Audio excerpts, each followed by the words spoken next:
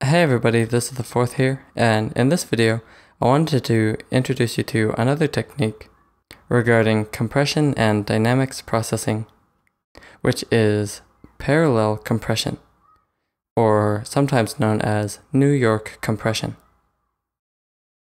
So if you have a drum beat like this, with a lot of dynamic range, you can imagine that you're not going to get a whole lot of loudness out of it. It's not going to be super fat, but it is nice and punchy. And you might want to make it a fair bit fatter. And so you could compress it pretty hard. Maybe 3:1 ratio.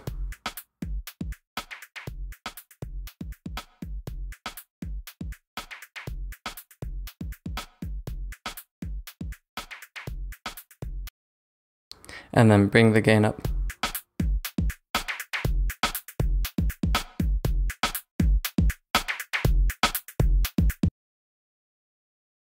But the problem now is that you've lost some of your punch.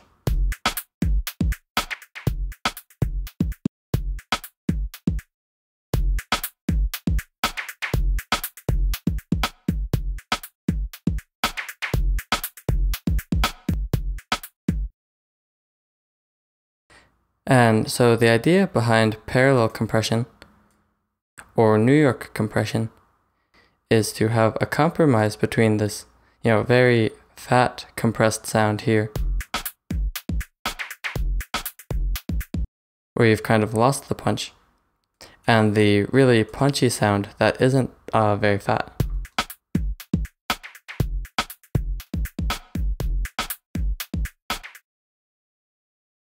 And certain compressors will have a parameter that will allow you to do this very easily.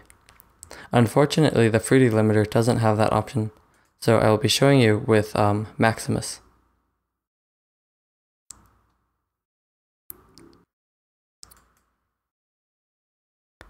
So you can hear that I'm compressing the sound quite a bit.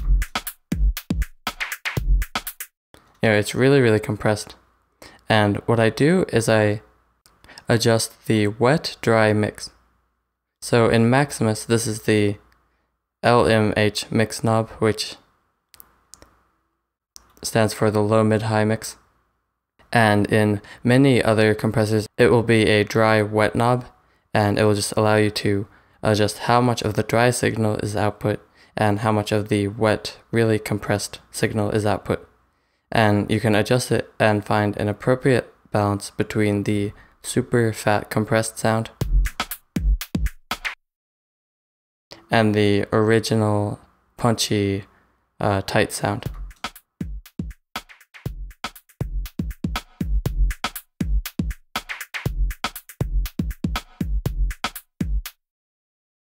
And so, this really just helps you get the fatness of the really hard compression while maintaining the punchiness of the original sound. And you can hear if I turn it off and back on. It definitely does keep its punchiness and its fatness at the same time by combining the wet, really compressed sound with the original sound.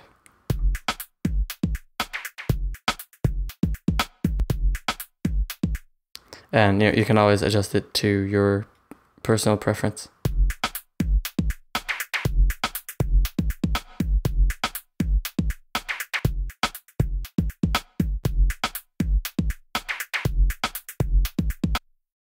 So if you have a compressor that has that option, that's the easiest way to do it. But you could also set it up in your mixer itself by routing the original sound through two different mixer tracks.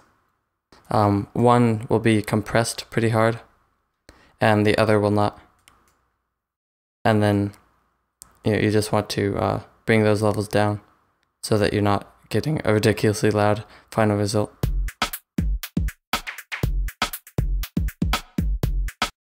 And now you can hear that I'm mixing the original sound here which is going through this mixer track, with this really compressed version here. And combining them just really produces a nice effect. You know, a really nice, punchy, fat drum sound. A lot of people really like this New York compression, parallel compression. I think it sounds great.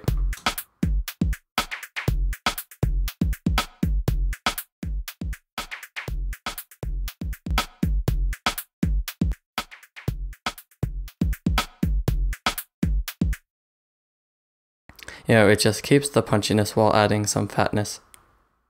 So, just to kind of review what I've done is I've taken the original sound and I've routed it through 2 separate tracks. I've disabled its routing to the master. And one of these tracks I put on a limiter and put some, you know, pretty hard compression on it. And the other track I left without any compression. And when I play them both together, you get a nice balance between the fatness of the compressed sound and the punchiness of the original sound. And you can always adjust the levels of each of them to get the, you know, perfect balance that you want in your track. But definitely my recommendation is if you have a compressor that has a wet-dry mix, that is the quickest, easiest way to go. So I definitely recommend you use a compressor with a wet-dry mix if you have that option too. But if not, or if you prefer to do it differently, you can always set it up by using a couple different mixer tracks. So hopefully that was helpful. A lot of people really like this technique. I personally really like it.